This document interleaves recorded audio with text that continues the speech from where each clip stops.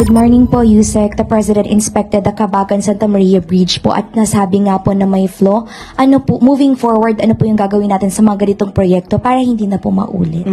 Unang-una po, nabanggit na po ni Pangulo, binisita niya po, na nagkaroon po talaga ng problema sa design.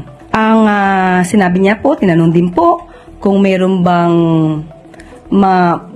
people will be held liable on this. Ang sabi din po niya, ay wag muna or hindi muna tayo magbe-blame if i-fix natin ang problema. Pero sa dulo, sinabi pa rin po niya na yun dapat managot.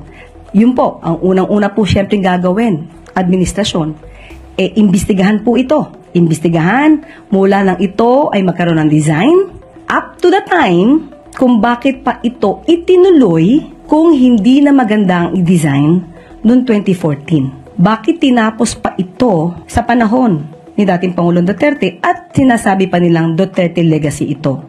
Hindi lamang po dun hihinto. Kung may liability rin po ang sino man sa kasalukuyang administrasyon, dapat din po managot. Pero yan po ay iimbestigahan kung mayroon bang pinagkakitaan dito, not once, not twice, but many times. Aalamin po ito ng Pangulo. Aalamin po ito sa pamamagitan po ng pag-iimbestiga. Maganda rin po na maisbigay nating suggestion at malamang po din yan ang gagawin ng administrasyon. Hanggat maaari, lahat po, with the help of DPWH, with the help of LGUs, lahat po ng mga tulay, lalo-lalo na po yung naisagawa sa panahon ni dating Pangulong Duterte dahil hindi po natin alam kung nagiging under-design din po siya. Kailangan po lahat, hanggat maaari, ay ma-inspect.